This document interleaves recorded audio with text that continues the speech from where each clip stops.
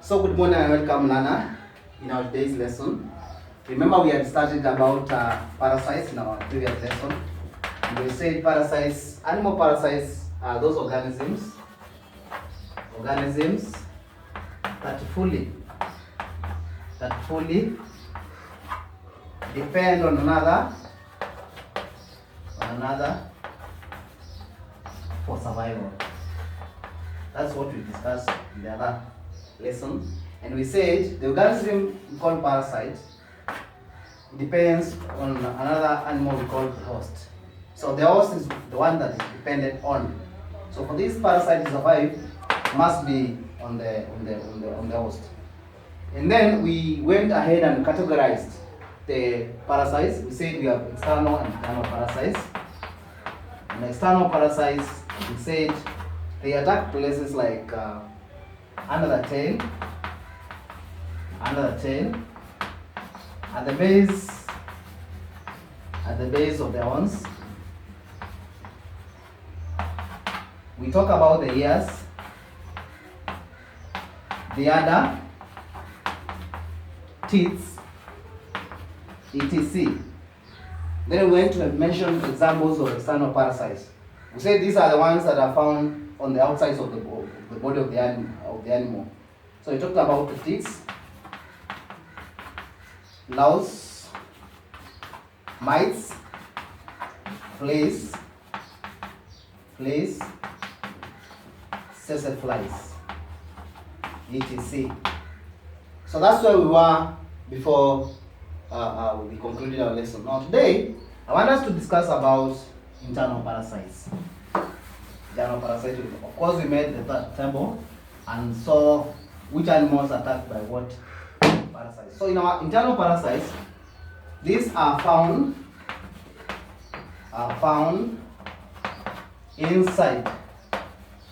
inside the body of the host. Remember, the host is the one that is dependent on. So they will be found inside. So here we are not going to have areas. Of course, we're going to mention a few areas where they attack. And the parts that are attacked, parts attacked by internal parasites.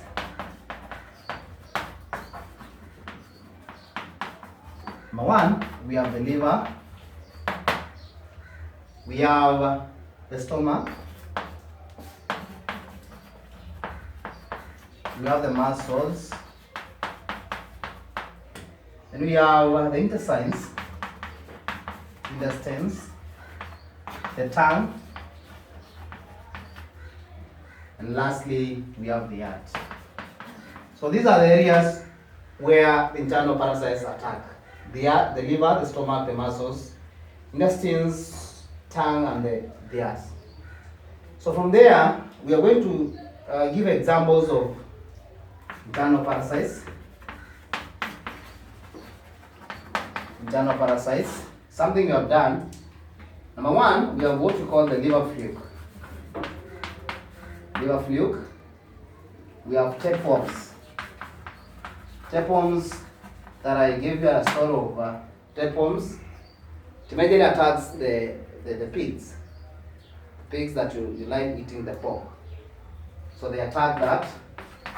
We have the roundworms.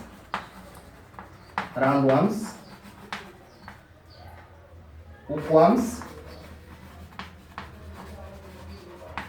Then, of course, the lungworms.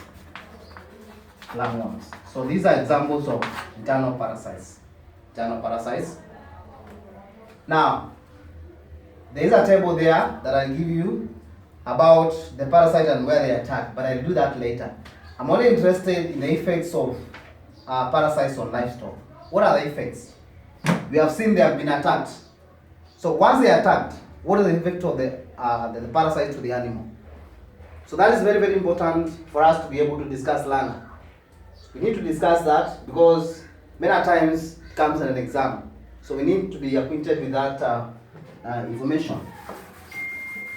So I want us to deal with the effects of parasites on livestock. both external and internal parasites. Effects of parasites on livestock. Livestock means all those animals that we keep at home. Number one, we have what we call poor health. Once animals are attacked by parasites, both internal and external parasites, you will see that the animal will start having poor health. What is the reason for this, Lana? Number one, we are saying once animals are being disturbed by this parasite, like for example, the tick. What happens is that once they attach themselves on the skin, the animal gets some irritation. So the animal is irritated, and instead of using most of its time in eating, when you take them to the grazing field, they are taking much of its time to try to remove the ticks from the body. So you see most of them, they are rubbing against some rough surfaces so that they can be able to remove those ticks because they are getting irritated. So as they continue doing that, these animals will have poor malnutrition, meaning that they will not feed. So the body needs some energy for it to be able to accomplish a number of things that happen inside the body of the animal. So because that energy is not there, so the animal starts becoming thin, emaciated every now and then. So this one will lead to poor health. At the same time, we are saying, looking for example, the tsetse flies. The times when tsetse flies are all over, the animal cannot feed because the stings are very irritating. So the animals will keep on running in the grazing field, so they will never take anything in the stomach. So we are saying some suck blood. Of course, I've not talked about the sucking of the blood. For example, the tick. Once it sucks blood from the animal becomes thin because it is the blood that provides the animal with the nutrients. So if the blood is not there, then the animal is not getting its nutrients. We are also saying that the animal generally will suffer will suffer poor health. Number two is anemia. And anemia is related to sucking of blood. So anemia is talk of lack of enough blood. Enough blood in the body. Many times you've been given some blood. You have been told you don't have enough blood. So in that case, we say you are suffering from anemia. So maybe you are given some supplements to be able to provide you with blood if you are not added some. But just to mention that because of the sucking of the blood from the animal, this animal eventually remains without much blood. And so, it's the blood that transports oxygen throughout the body of the animal. So if the animal is not having blood, of course, sometimes it will find it difficult to be able to even breathe. And so sometimes they die. So this will also lead to fatigue. Why am I talking about fatigue? Fatigue because the oxygen is not there. You have noticed a number of times when maybe you are lacking enough air to breathe in. You are fatigued because you are not getting enough sufficient oxygen in the body. So the animal cannot walk for long distances because they lack oxygen in the body, which keeps them moving. We are also saying that such animals that do this, for example, the hookworms. The hookworms, they really suck a lot of blood from the animal. So number one, poor health. Number two, anemia. Number three, effect of animal parasites is irritation. The animal gets irritated every now and then. Take for example where the tick has clinged itself on. That place normally becomes very tender, very sensitive, and the animal may have that part having some wound. So because of the rubbing on the hard surfaces, the tick will come out, but this place will remain with a wound. So this also has another effect on the skin. This skin, of course, we are going to discuss that in the next point, that the skin is going to fetch very low prices because it's not of good quality because of the perforations that are made by those particular ticks. So we are saying the animal becomes irritated and you find itself scrubbing itself. It scrubs itself on hard surfaces. Hard surfaces, when you talk about hard surfaces, I'm talking about like the walls of the house. You see the animal rubbing itself against those walls, so as to quench its irritation and remove those particular ticks or the external parasites. That is majorly with the external parasites. Talk about the ticks, talking about the flies and the rest. Of course, the last one is poor quality products. Poor quality products. If you can mention the products that we get from animals, we have eggs, we have got milk, we have got meat, we have got the skin. All those are products that we get from the animal. So if the animal is going to be affected, to be infested with these particular pests or parasites, you can bear me witness that the amount of milk that we produce there will be of low quality and of low quantity at the same time. Why is it of low quantity? Quantity means the amount. So at times you find that an animal that was giving you, for example, 3 liters of milk in the morning is going to give you 1.5 liters because, number one, the animal is not feeding well, just poor health. So how can you milk an animal that is not feeding? Because the milk will come from the amount of food that it eats. If it is well, it's going to give you a lot of milk. But if it's not feeding, that means that it doesn't have energy to give you the milk. So we are saying the quality is going to be affected, the amount of milk that is going to be produced, the number of eggs that are going to be produced, and even if they are produced, the eggs will have a very shell that is not that hard. The shell is not going to be very smooth.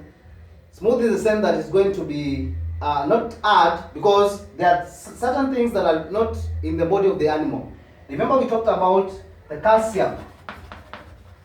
Calcium that makes the shell of the egg.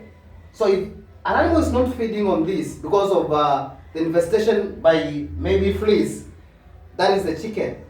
It's not getting the calcium because it's not feeding. Remember, calcium is gotten from maybe sardines. Sardines are the omena and the like.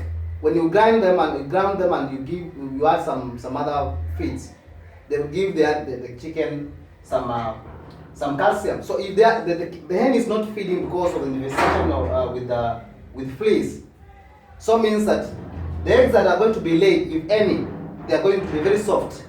The shells will not be very hard, and so they will not give you a good market price. We are talking about the quality. That is quantity. I'm talking about quantity and quality at the same time. We are talking about the skin.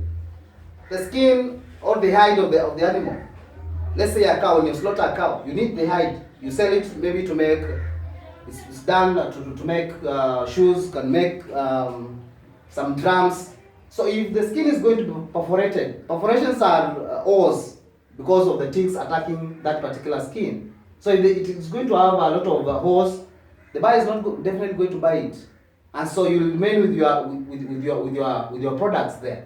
So we are saying the infestation of animals with these parasites is going to lead to poor quality products. If it's milk, for example, you are going to to get some milk from a cow, and later on you realize some drops of blood inside there, meaning that the animal is being attacked by some parasites.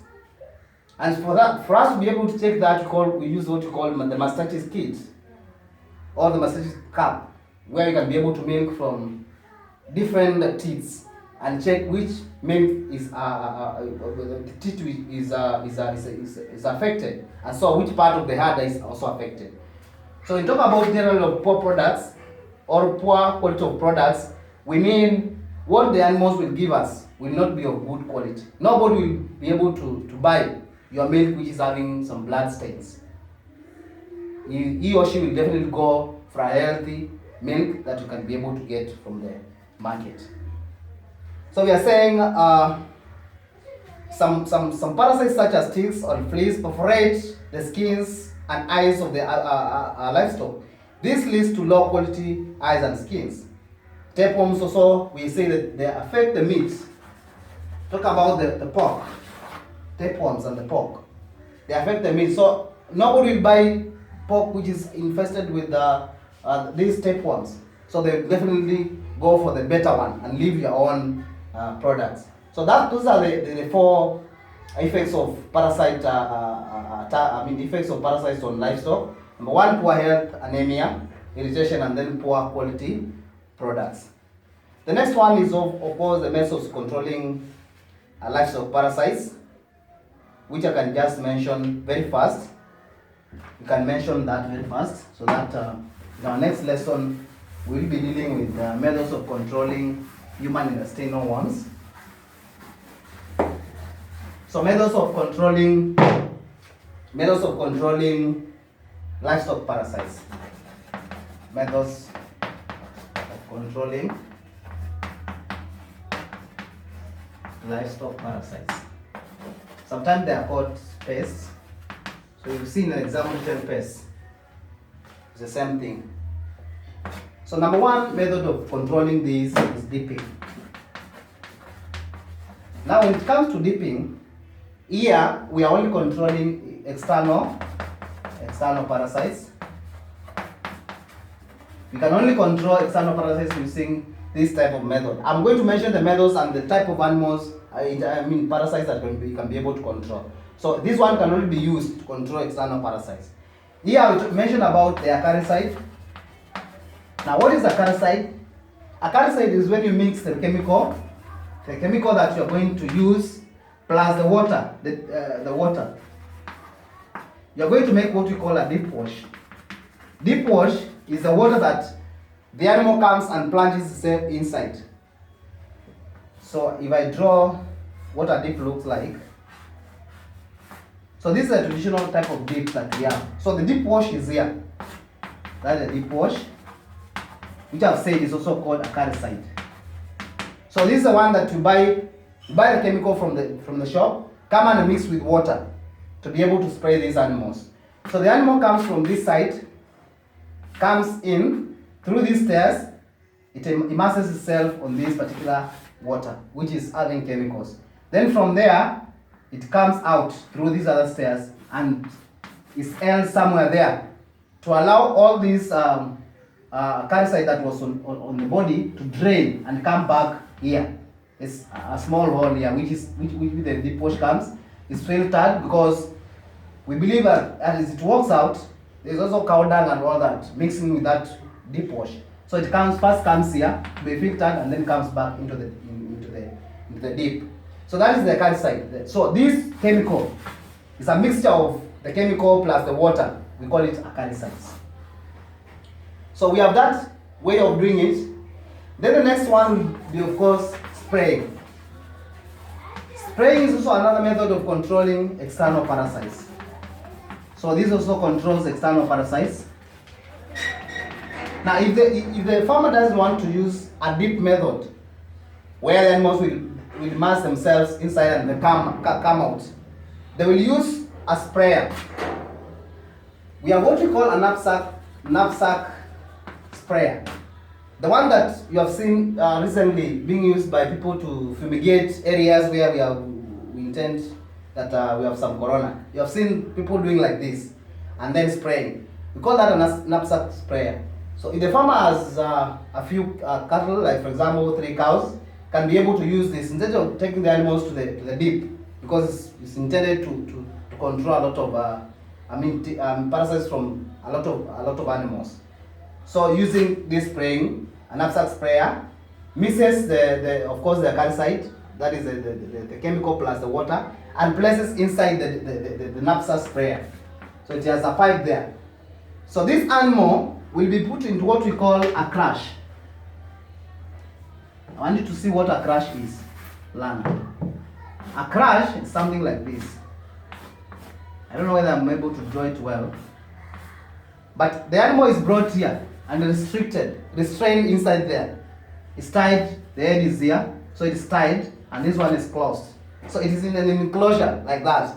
So the farmer comes and sprays where, on the sides and under the animal, every other part, and the animal cannot be able to move because it is restrained. The same one that is used when mommy is milking up country. You see her taking the animal into a crash, so that can be restrained, so that you will not run away and then pour the milk. So this is what we call a crash. So there must be that thing we call a crash for you to be able to spray. Because if you don't do that, the animal will be moving around, so you'll not be able to spray and spray well. So spraying is another method, and we have said this one is used to control external parasites. The third method is method number 3. I've not talked about a very major method called a rotational grazing. Rotational grazing. I want to take you back to class 6 work. We said we have 3 methods of rotational grazing. Rotational grazing methods, there are 3. We have what we call paddocking, strip, and then of course tethering. Why is it rotational? Because animals move from one place to another. Like in the paddocks, animals are moving from paddock A to B, leaving paddock A without animals. Moving to C and leaving B without animals. Moving to D, leaving C, A, B, C without animals. By the time they are coming back to paddock A, grass have regrown. So this also can be used to control parasites. How? We can imagine a time when we are moving our animals from paddock A to B. This grass was infested by ticks. Meaning that the ticks have just come here, but we have just moved the other day. So the ticks will not find animals. Also, what will happen? Ticks are only in this particular paddock A. So they will not affect our animals. So as we continue moving from paddock B to C, the ticks are still here, but they are starving. So the word starving is very important at that point. So by the time we are coming to D, they have already starved and died. By the time we are coming to paddock A, where we had some ticks infesting, we find that they already died. We have already controlled those ticks. So that is what we mean by rotational grazing method. As we rotate, pests which might have landed at this point, they will die because they will lack food, because the animals are not there, and the animals continue moving further from that particular paddock A. So by the time we are coming back, we'll find that the animals, the parasites are already dead. For example, let's take the liver flukes. The liver flukes must be swallowed for them to be able to hatch. So they must develop inside the body of the animal. So what will happen? The eggs were dropped here, and because the eggs must be swallowed by the animal so that they can hatch inside the body of the animal, by the time they were placed here, we had moved to paddock B. So the eggs will stay here for a long time before we come back. By the time we are coming back, we found that the possibility of these eggs hatching is 0, and so we have controlled liver flukes. So that's how we use rotational grazing method as a way of controlling parasites. It's both a rotational grazing method, it's both can control internal and external parasites. So this is the method that can control both internal and external parasites. I've talked about the ticks, I've talked about the liver flukes.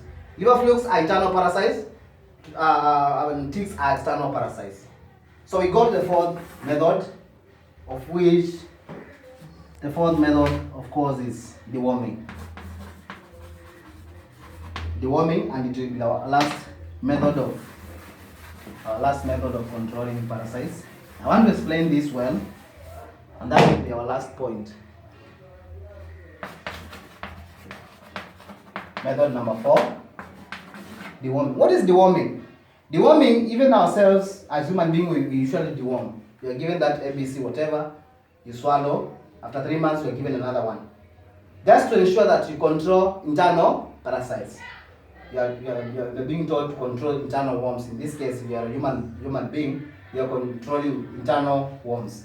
Now, deworming is where you are taking drugs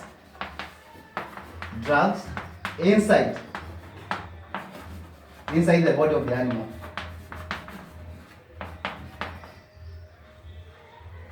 Inside. I'm talking about inside, and I'm talking about drugs because the drugs are of two types.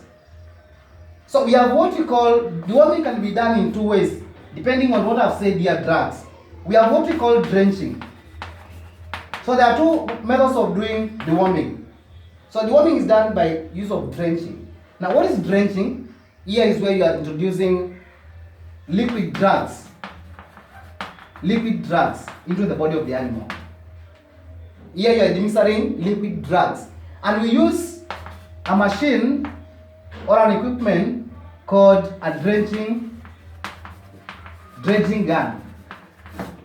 We use a drenching gun to do drenching. So this introduction or administration of liquid drugs into the body of the animal through the mouth or another part that can be allowed. The next part of deworming is what we call you have deworming. The other method is dosing. Dosing. What is dosing? Administration of solid drugs. In this case, you can talk about tablets into the body of the animal. Here, we are using what we call a bolus gun. Bolus gun. Dosing, administration of solid drugs into the body of the animal using what we call a bolus gun. Drenching, we are doing this using a drenching gun, and we are administering liquid drugs. So these are the two types of two ways of deworming, drenching and dosing.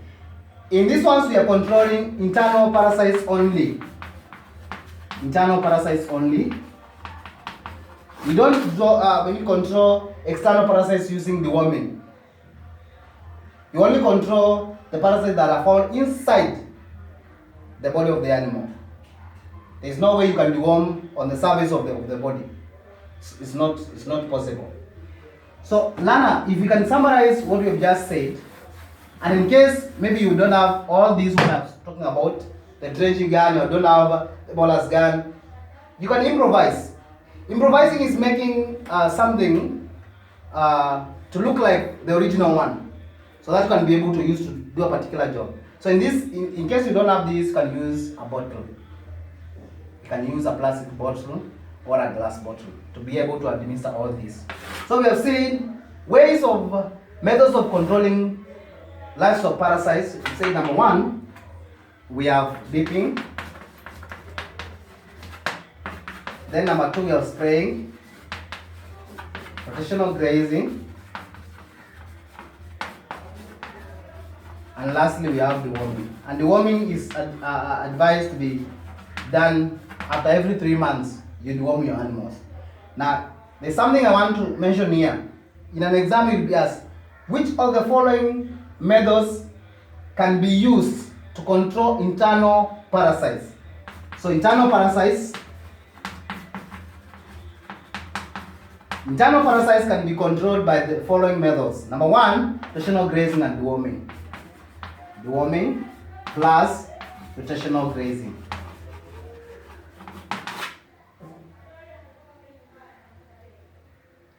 That is when you ask which of the following methods can control internal parasites. There's another question, so that we understand what we are doing. Which method can control both internal and external parasites? Which method can be able to control both internal and external parasites? Lana, I know you have the answer. The answer is rotational grazing. Remember when I talked about river flukes, which are internal parasites, and I also talked about ticks, which are external parasites. Rotational grazing method So this one controls both internal and external parasites. So up to that end, learner, our next topic, as I said, subtopic is methods of controlling human intestinal worms. Human intestinal worms. We have seen how to control internal parasites in animals. In the next lesson, we are going to know how to control human intestinal worms. So till another time, learner, I want you to remain focused, go through the work again, make short notes, and be able to read and read ahead. Till next time, I want to wish you all the best. Thank you.